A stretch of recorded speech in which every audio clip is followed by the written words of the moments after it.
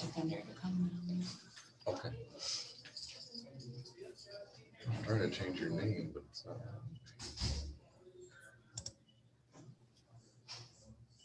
Ms. Sutton, while we're waiting, let me just verify some information with you, okay? Okay. All right. Telephone number ends in 9830, is that right? It's 734-897-8930. 8930, thank you.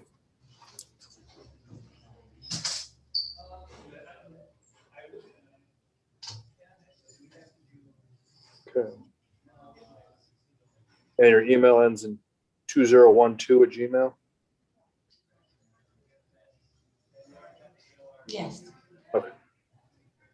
Currently unemployed and have no source of income at this time? I actually have a job interview Monday I'm supposed to be going to do for some residential cleaning, like apartment buildings and such. Okay.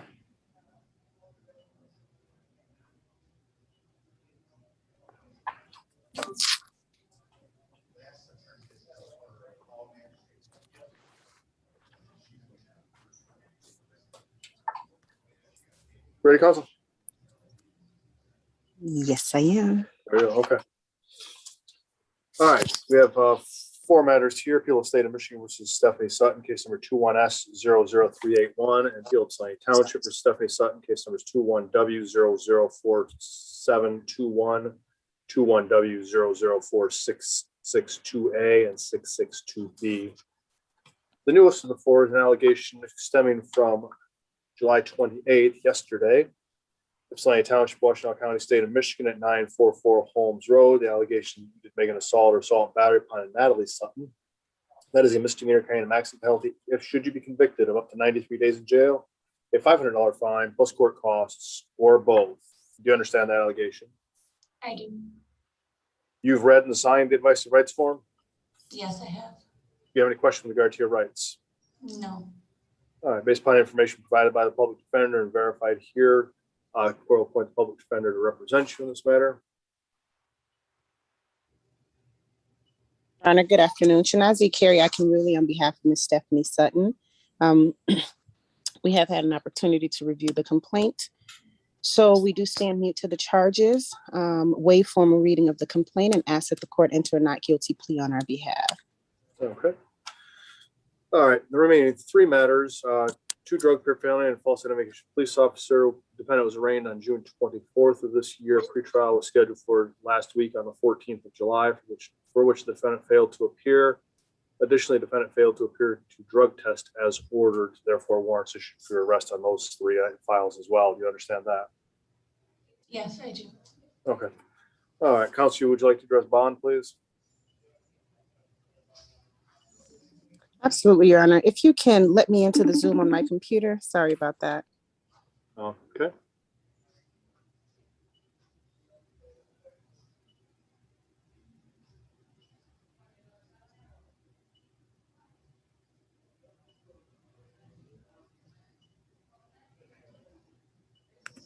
Okay.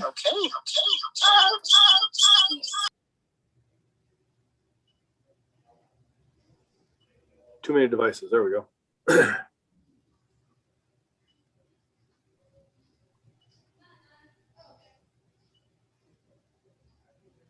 You're muted, counsel.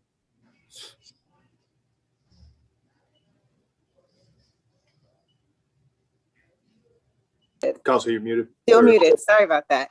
Yes, regarding Ms. Sutton, we did have an opportunity. Ms. Sutton reports that she's currently about to hopefully start employment with a cleaning company. She also reports being the mother of 2 underage children. The 6-year-old child, which she is 100% responsible for. She states that the father of the child just recently passed. So she is the person the only provider that the child has at this time. She also states that her mother, whom she lives with, who is also the complaining witness in this matter, Your Honor, currently suffers from COPD, and she is her mother's caregiver. So the home in question, Your Honor, is Miss Sutton's home. She is the leaseholder, and it's a home that she just just received. It's an apartment, it's housing that she just received. I think she said from Avalon. Is that correct, Ms. Sutton? Yes. From Avalon Housing. Her mother does live there with her and her 6-year-old child. However, in regards to, it's obvious that we're asking for a PR bond today, but we do understand that there is likely going to be some type of no contact, no go to, simply because of the nature of this type of offense. But that is where our primary concern does come into play, Your Honor, simply because that no go to address would be Ms. Sutton's home address and the only address that she has. Also the address where her 6-year-old child resides. We understand that the court is not or does not typically take the position of displacing what would be considered as a complaining witness in a matter. However, we would like for the court to take that into serious consideration in setting conditions for the bond in this particular case. Ms. Sutton, regarding the failure to appear or the failure to comply with court order being the community testing, the community corrections testing, Ms. Sutton states that she was directed by the court upon her initial release to report to community corrections within 24 hours. She states that at that time, when she was released, 24 hours of her release, she states that at that time when she was released, she was actually released from the jail to the hospital, and she had been placed on suicide watch, and that she had some type of infection or something to that effect. She was treated at the hospital and subsequently released. Which I know the court's next question would be, what happened after that? Ms. Sutton reports that she, upon getting home, she realized that her child was there and she was the only person there to take care of her child because the mother was not in the home at that time. She states that she was a bit overwhelmed with everything that was going on, was taking care of her child, and then 2 days later, her biological father passed.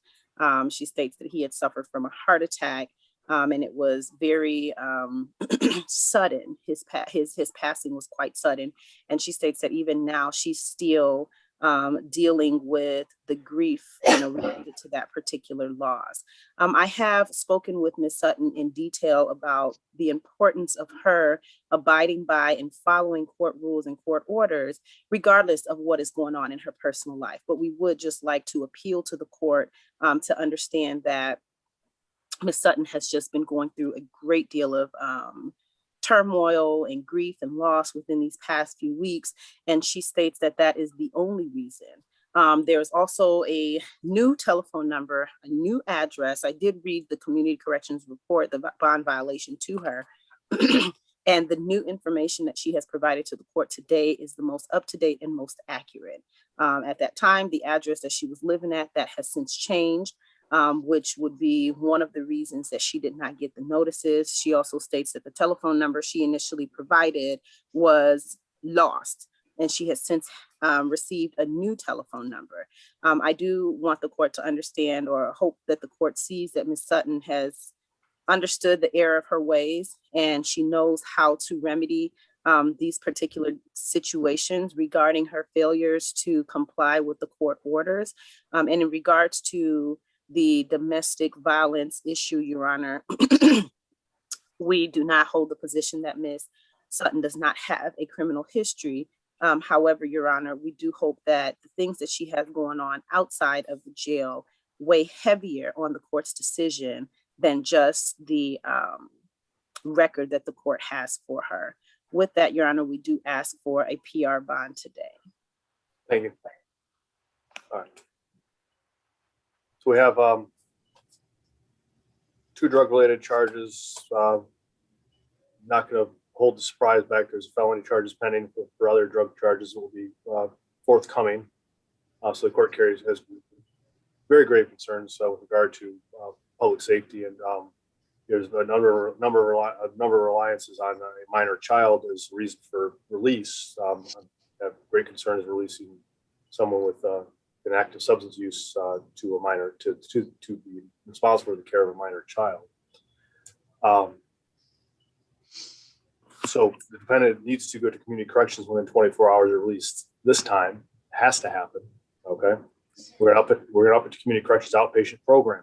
Meaning we're going to forego the testing will still be there, but we're also going to impose actual treatment as well at this point in time. I appreciate that. I've been looking online and trying to figure out a way because I want to get my life back in order for her. She deserves to have the best mom that she can, and I want to get better. She absolutely does, and when you're doing the things you're doing, it's not safe for her. And that's of course the primary concern is everybody's safety involved here, whether it's community, whether it's a family member, whatever it may be. This has to stop. This has to go moving in the right direction from this point forward, and it has to come from you. You have to be the one that, when you're telling me you want it right now, but it's easy to say that sitting where you are. Yeah. When you see the light of day outside, you still have to want that. I agree. Okay, so 24 hours from release to community corrections. Your best bet is to walk out of the back of the jail and walk up that hill today as soon as you can. Okay. Pre-trial will be set for August the 9th. Conditions are released. So the defendant is not to use or possess alcohol, illegal drugs, or marijuana.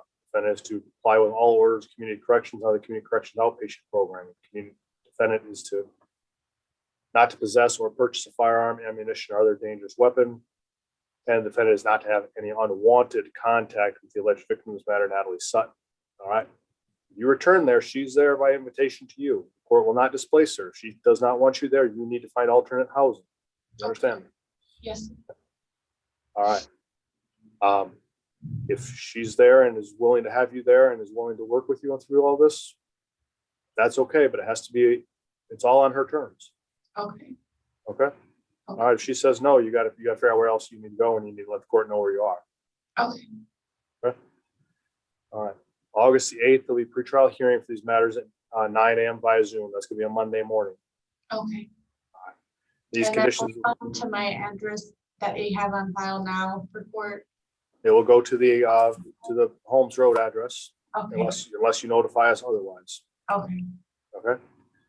All right. If you fail to appear at community corrections, a warrant will issue immediately in that 24-hour, after that 24-hour window expires, and there'll be no bond on that warrant. In other words, you'll stay in jail until your next court dates. Okay. All right. You're released on a $5,000 personal recognizance bond pretrial for all 4 matters, August the 9th, 9 a.m. via Zoom. Okay. Yes. Thank All you right. very much. You're all set. No need to thank me. Just take care of what you need to take care of, and show the court that you're doing what you say you're going to do. Okay. Okay. All right. Be safe. Thank you so much, Your Honor. Take care of yourself, Stephanie. I'll give you a call later. Okay. Thank you.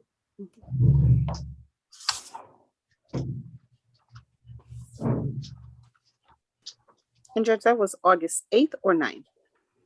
August 9th. 9th. Okay. Ms. Bush, Yes, good morning. Good afternoon, excuse me. good afternoon. Ypsilanti Township is Ashley Bush, 20W001158. The driver was suspended license matter alleging that on January 6, 2020, on Clark Adenir Pageant, you did operate a motor vehicle at a time your driver's license was suspended, which is a misdemeanor carrying a maximum penalty if convicted of up to 93 days in jail, a $500 fine plus court costs, or both. Do you understand that? Yes, I do. You've read and signed the advice of rights form. Yes, I did. Do you have any question with regard to your rights? No, sir. Thank you. Ms. Hankin-Rulli, is there a plea today? Yes, Your Honor. Ms. Bush would like to stand mute to the charges, enter a not guilty plea, and request a PR bond. Okay. All righty. She being seen this afternoon or anything? She is. Ashley, someone else saw you just now? Yes, Okay, yes, Your Honor. There are 2 more charges pending. It looks like there's a DWLS as well as an assault and battery, domestic violence. And we are hopeful that she's going to receive a PR in those cases. All right, thank you. Ms. Bush, how long have you been in jail now? since yesterday, me and my friend was doing Uber and she. It's okay. You don't have to go into Oh, detail. Okay. I've been in jail for a long time. All right.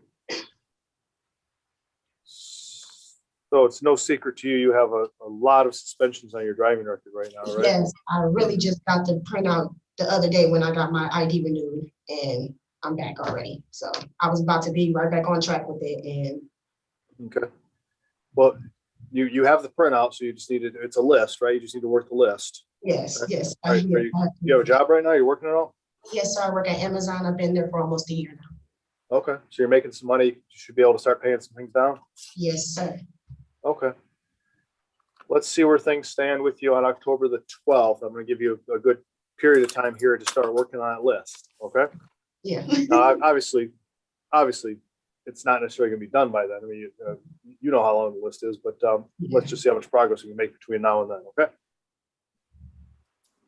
I appreciate it. Thank you. Pre-trial will be October 12th at 9 a.m. via Zoom. You're on White Oak Lane, is that right? Yes, sir. Okay, court will mail you notice with the Zoom ID information. Are you familiar with Zoom? Okay. You know how to use Zoom? Oh, yes. Okay, so watch for that notice in the mail. If you don't receive it as that court date approaches, or you don't have it for any reason, you always call the court. The clerk can give you the Zoom ID information over the phone as well, okay? Okay. All right, you're released on a personal recognizance bond. Should you fail to prove that court date, a warrant could issue for your arrest. You understand that? Yes. All right, Ms. Bush, you're all set. Stay safe, okay? And thank you so much. Thank you. Have a good day. You too. All right, thank you, counsel. I believe that's everybody today. Thank you, Your Honor. Sorry about the technical difficulties in the beginning. Not a problem.